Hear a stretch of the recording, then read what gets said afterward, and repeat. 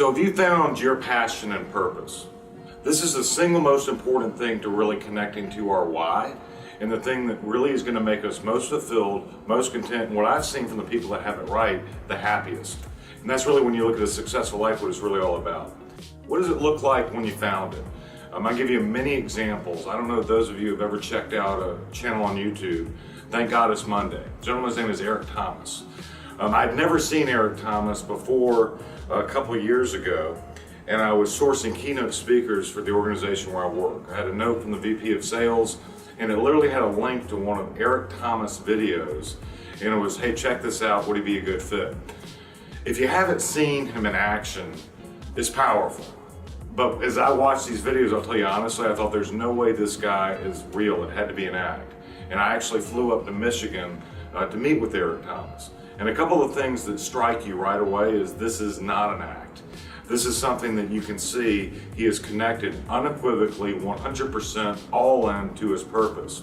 His signature keynote that you'll see, and he worked it into actually the keynote that we ultimately hired him for, is when you want success as bad as you want to breathe, then you'll succeed. The message here is Eric has found his why.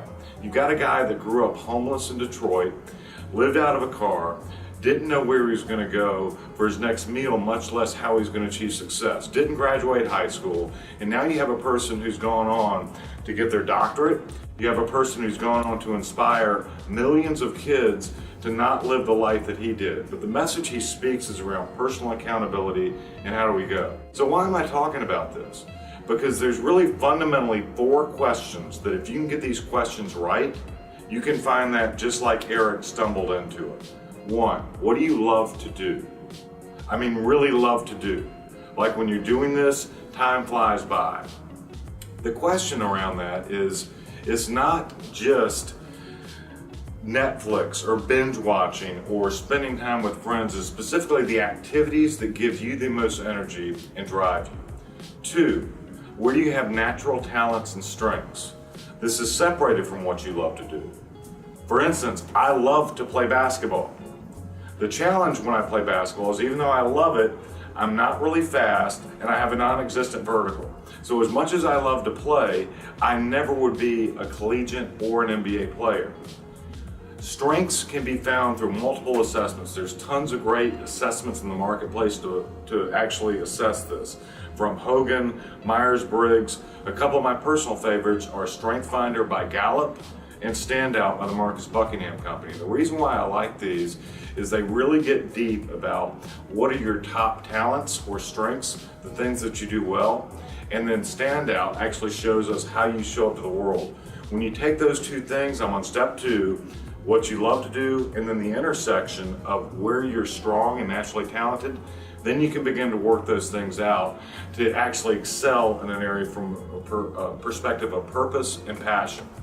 Step 3, what does the market want that you're offering? So again, there's certain things we love, we now have strengths. What are the things that the market wants? And this is an area that a lot of times people can easily drop the ball. Because if I pursue something that is, maybe I love it, maybe it's aligned with my strengths, but if there's not a demand in the marketplace, whether within an organization and or professionally outside, it's really just a hobby. It's not going to be something that's going to give you lifelong fulfillment and satisfaction, and certainly satisfy your need for hopefully financial wealth at some point as well. 4, finally, what are your values?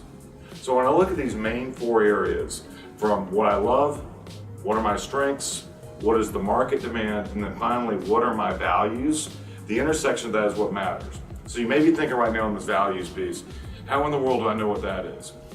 This is the part that is most connected to the legacy that you want to leave, how you want others to remember you.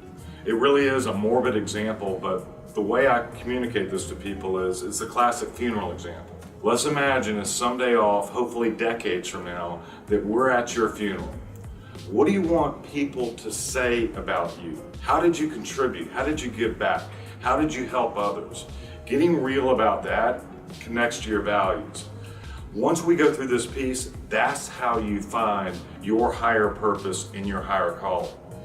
Once you get that right, there's nothing that can stop you, because these are really the things that you're going to be able to go out and excel, and you're going to be able to continue to work and push through, even when things get hard, because they will.